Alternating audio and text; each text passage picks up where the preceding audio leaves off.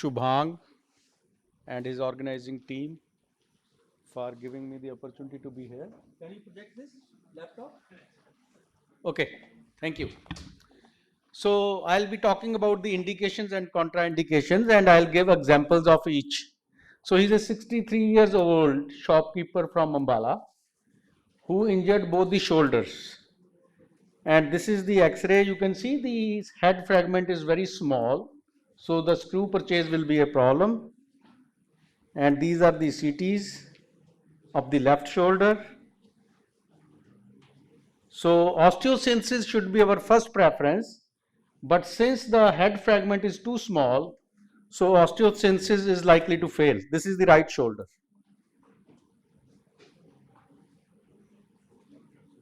So in this case, we did on both sides reverse shoulder, and that is the function at 2 years.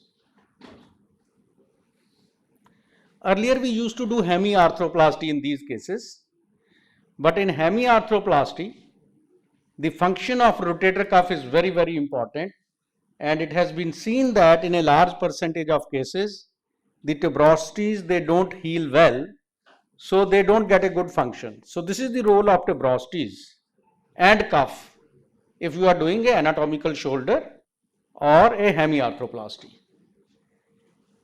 In a shoulder, if you are doing an anatomical shoulder, if there is no rotator cuff, when you pull the deltoid, the humerus tends to go up, so there will not be any rotation.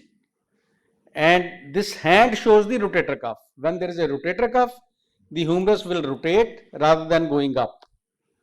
So reverse shoulder has a mechanical advantage. You don't need a rotator cuff for its rotation. So this is another case.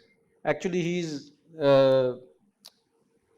he underwent a rotator cuff repair. It was a massive rotator cuff he underwent in somewhere in Delhi, but the patient belonged to Patiala. Then he came to us, and if you look at on your right side, you can also see the osteophytes. So once you plan a repair, you should see all those things. So we did a reverse shoulder replacement, and the patient is, having a good pain-free shoulder.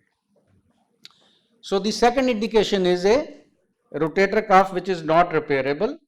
The first was a 4-part or a 3-part fracture where osteosynthesis is not possible. Now we come to the third indication, osteoarthritis in the elderly patient, especially when there is a glenoid bone loss. Earlier people tried anatomical shoulder in these cases where the rotator cuff was good, but then they saw that the loosening of the glenoid was very common. So that when they shifted to reverse shoulder, so then the results were much better. So this is another indication of osteoarthritis in the elderly. It may be an osteoarthritis or it may be an rheumatoid arthritis also. But if you are treating a rheumatoid arthritis, because sometimes the bone is soft in rheumatoid arthritis, so you should be careful when you are implanting the glenoid base plate.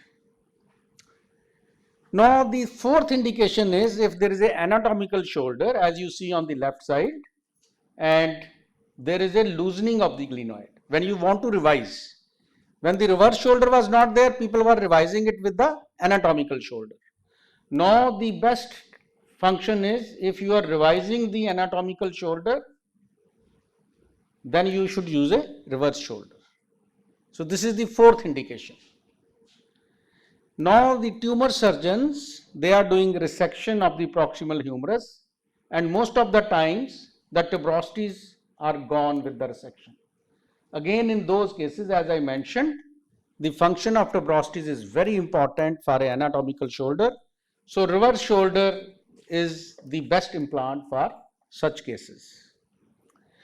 Now we come to that people are, talking about reverse shoulder should not be done in patients younger than 60 years because there were concerns about longevity of the implant. But all over the world, many people did it in younger patients also. If we look at the data of Australian National Registry, the revision rate at 7 years in different age groups was not very different. More than 75 years, it was 2.7%, and 55 to 64 years, it was 5.7%. So it is not a really contraindication, but you should be careful that we don't misuse it in younger patients where the rotator cuff is good. But it is also known that if you do any arthroplasty in younger patients, the revision rates are higher even in anatomical shoulder and not only in the reverse shoulder. So why to blame the reverse shoulder?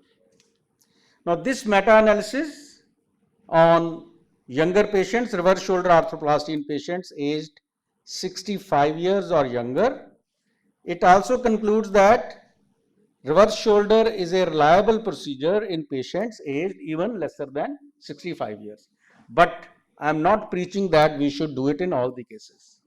Where the rotator cuff is good, then we should try to prefer the anatomical shoulder.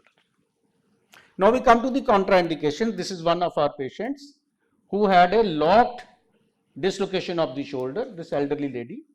And because of the persistent lock dislocation, there was loss of glenoid. So there was an insufficient glenoid. So we planned for reverse shoulder, but on table we found that the glenoid base plate was not possible to be fixed.